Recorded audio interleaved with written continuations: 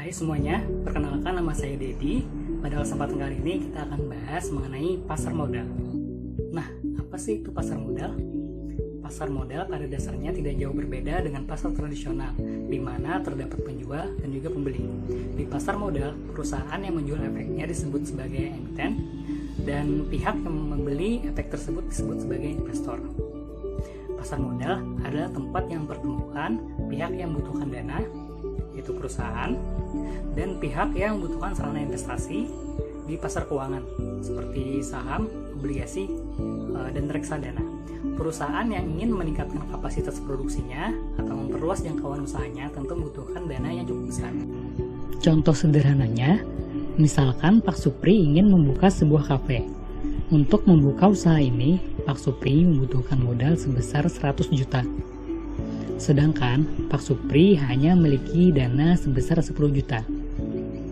Untuk itu, Pak Supri mengajak 9 temannya untuk menanamkan modal masing-masing sebesar 10 juta. Sehingga setiap orang pada usaha tersebut memiliki saham senilai 10 juta. Setelah setahun berlalu, usaha Pak Supri berkembang sehingga nilainya menjadi 150 juta. Nilai saham yang dimiliki Pak Supri dan teman-temannya pun meningkat. Pak Supri atau teman-temannya dapat menjual sebagian atau seluruh saham yang dimiliki pada orang lain. Selanjutnya, manfaat adanya pasar modal. Pertama, sebagai sumber pembiayaan. Adanya pasar modal tentu akan membantu perusahaan dalam memperoleh sumber pembiayaan jangka panjang untuk mengembangkan usahanya. Kedua, sebagai wahana investasi.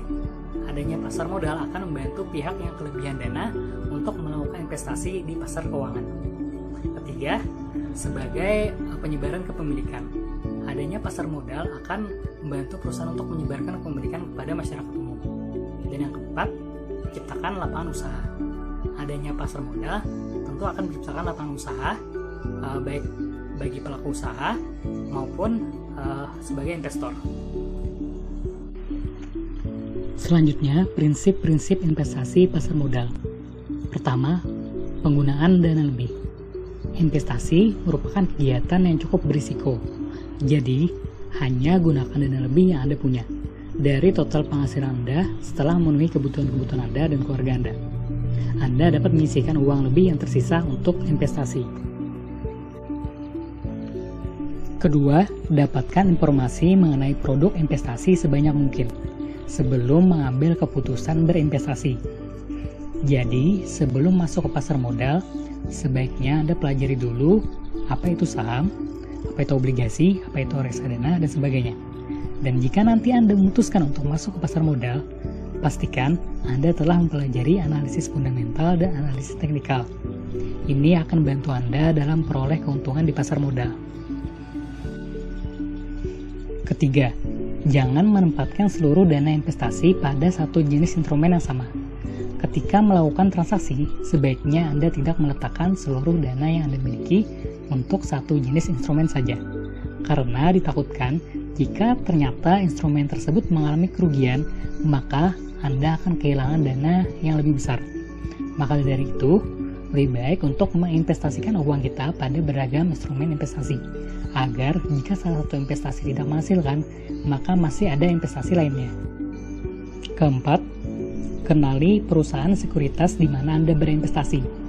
Periksa terlebih dahulu apakah perusahaan tersebut telah terdaftar di OJK dan bagaimana kinerja perusahaan tersebut. Investasi saham. Apa itu saham? Saham adalah bukti kepemilikan suatu perseroan atau perusahaan yang merupakan klaim atas penghasilan dan kekayaan perseroan. Investasi saham dilakukan dengan membeli efek untuk memperoleh keuntungan berupa capital gain dan dividen. Capital gain adalah memperoleh keuntungan dari selisih harga beli dengan harga jual efek. Misalkan Anda membeli satu lot saham dengan harga 1.000 per lembar. Kemudian, harga saham naik menjadi 1.500 per lembar. Jika Anda jual saham tersebut, maka Anda akan peroleh capital gain sebesar Rp50.000. Sebaliknya, jika harga beli saham lebih kecil nilainya daripada harga jual, maka disebut capital loss. Sedangkan dividen adalah pembagian keuntungan dari perusahaan kepada pemegang saham. Biasanya dibagikan 1 tahun sekali atau lebih tergantung dari kebijakan perusahaan. Lalu, mengapa Anda perlu investasi saham? Terdapat beberapa alasan. Yang pertama, mudah. Membuat akun dan melakukan transaksi dapat dilakukan secara online menggunakan PC ataupun smartphone. Kedua, terjangkau. Investasi di pasar saham cukup terjangkau. Anda dapat memulainya dengan dana sebesar 100.000 saja. Ketiga, menguntungkan. Risiko di pasar saham relatif kecil. Investasi secara berkala dan berorientasi jangka panjang akan sangat menguntungkan.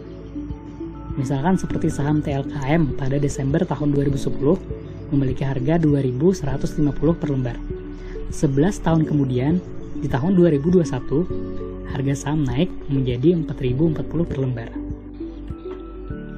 Selain saham, terdapat instrumen lain yang diperdagangkan di pasar modal, seperti reksadana dan juga obligasi. Reksadana adalah wadah untuk menyimpan dana masyarakat yang dikelola oleh badan hukum yang bernama manajer investasi, untuk kemudian diinvestasikan ke dalam surat berharga seperti saham, obligasi, dan instrumen pasar uang. Terdapat beberapa keuntungan dari melakukan investasi reksadana. Pertama, dikelola oleh ahlinya.